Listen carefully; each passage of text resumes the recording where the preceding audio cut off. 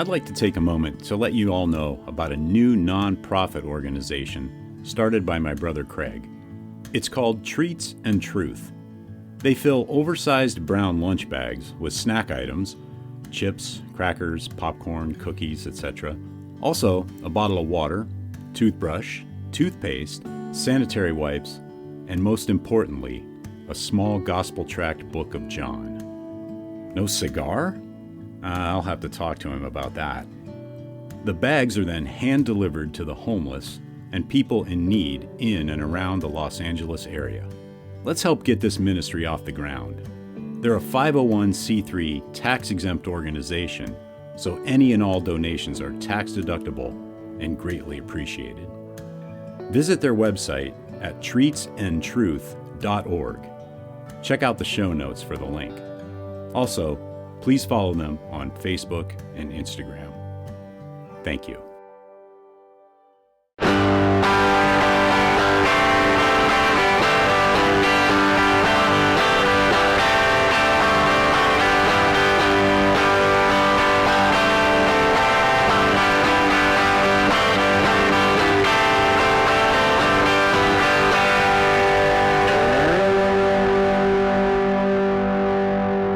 Welcome to episode 199 of the Burning Bush Podcast, where we share the message of the Bible while enjoying a good cigar. Hope you're doing well, and I'm glad you've joined me. In this episode, we're reading the New Testament book of Acts, chapter 12, with commentary from the notes in the Charles Spurgeon Study Bible, and I'm smoking the Flor De Oliva Natural in the Churchill 7x50 Vitola. So let's go to cigarsinternational.com and see what they have to say. Stellar, value-oriented handmaids by Oliva Cigars. Flor De Oliva cigars are value-priced beauties from Gilberto Oliva and family, crafted from Dominican and Nicaraguan longleaf tobaccos and a robust and satisfying sweet-tipped Sumatra wrapper. After aging, the end result is a flavorful, creamy blend, rich and creamy without the bite. The Giants sizes utilize the same blend of fine tobaccos as the more traditional sizes, but offer a cooler, slower burn that continues to build in flavor as the cigar progresses. A delicious and inexpensive display of large ring cigars. And the profile is medium. Wrapper is Sumatra, and the fillers are Dominican and Nicaraguan. And the Vitolas are the Lonsdale, 6.5 by 44, Robusto, 5 by 50, Toro, 6 by 50, Giants 560, 5 by 60, Giants 860, 8 by 60, Giants 1066, 10 by 66, the Churchill 7 by 50, the Gigante Presidente 8 by 52, and the Torpedo 6.5 by 52. That is the Flor de Oliva Natural from Oliva Cigars. So let's get into our reading of Acts chapter 12. I am reading from the English Standard Version, the ESV, and verse 1. About that time, Herod the king laid violent hands on some who belonged to the church. He killed James, the brother of John, with the sword, and when he saw that it pleased the Jews, he proceeded to arrest Peter also. This was during the days of unleavened bread. And when he had seized him, he put him in prison, delivering him over to 4 squads of soldiers to guard him, intending after the Passover to bring him out to the people. So Peter was kept in prison, but earnest prayer for him was made to God by the church. Now when Herod was about to bring him out, on that very night, Peter was sleeping between 2 soldiers, bound with 2 chains, and sentries before the door were guarding the prison. And behold, an angel of the Lord stood next to him, and a light shone in the cell. He struck Peter on the side and woke him, saying, "Get up quickly." And the chains fell off his hands. And the angel said to him, "Dress yourself and put on your sandals." And he did so. And he said to him, "Wrap your cloak around you and follow me." And he went out and followed him. He did not know that what was being done by the angel was real, but thought he was seeing a vision. When they had passed the first and the second guard, they came to the iron gate leading into the city. It opened for them of its own accord, and they went out and went along one street, and immediately the angel left him. When Peter came to himself, he said, "Now I am sure that the Lord has sent his angel and rescued me from the hand of Herod and from all that the Jewish people were expecting." When he realized this, he went to the house of Mary, the mother of John, whose other name was Mark, where many were gathered together and were praying. And Spurgeon comments on verse 12. He went to the house of Mary, the mother of John Mark, where many had assembled and were praying. Notice the importance that the early church attributed to prayer and to prayer meetings. Meetings for prayer had become a standing institution in the church. It appears, however, that while prayer meetings were a regular institution, prayer was sometimes made special, for we read, "The church was praying fervently to God for him." Verse 5. That is, for Peter. It adds greatly to the interest, and not a little to the fervency of prayer, when there is some great object to pray for. The believers would have prayed if Peter had been out of prison, but seeing that he was in prison and likely to be put to death, the prayer meeting was especially to pray for Peter, that the Lord would deliver his servant, or give him grace to die triumphantly. And this special subject gave enthusiasm to the assembly. They prayed fervently.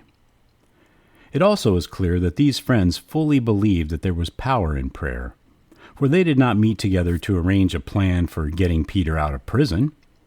It looked as if they could do nothing, but they felt they could do everything by prayer.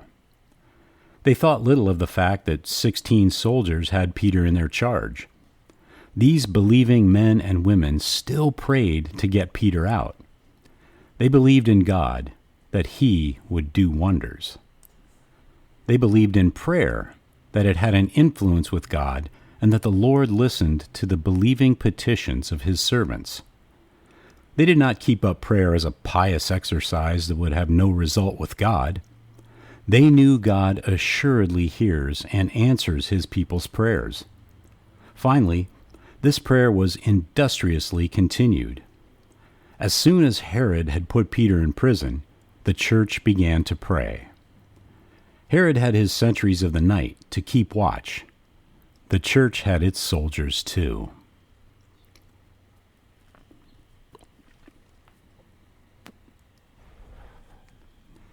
And continuing in verse 13, "And when he knocked at the door of the gateway, a servant girl named Rhoda came to answer. Recognizing Peter's voice, in her joy she did not open the gate, but ran in and reported that Peter was standing at the gate. They said to her, 'You are out of your mind.' But she kept insisting that it was so, and they kept saying, 'It is his angel.' But Peter continued knocking, and when they opened, they saw him and were amazed. But motioning to them with his hand to be silent, he described to them how the Lord had brought him out of the prison. And he said, 'Tell these things to James and to the brothers.' Then he departed and went to another place. Now when day came, there was no little disturbance among the soldiers over what had become of Peter." And Spurgeon comments on verse 18, "At daylight there was a great commotion among the soldiers as to what had become of Peter." Peter was in prison.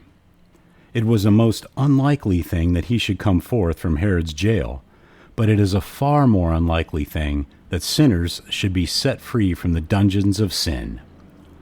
For the iron gate that opened into the city to turn on its hinges of its own accord was amazing, but for a sinful heart to loathe its sin is stranger by far. Who can escape from the grasp of sin? No person is more terribly shut up than is the sinner in the prison of original depravity. It is not merely around us, but in us, encompassing our path whether we lie down or rise up. Stronger than granite walls and bars of iron are the forces of evil. Evil has penetrated our souls. It has become part of us. Where can we fly from its presence, or how can we escape from its power? Vain are the wings of the morning. They cannot enable us to fly from our own selves.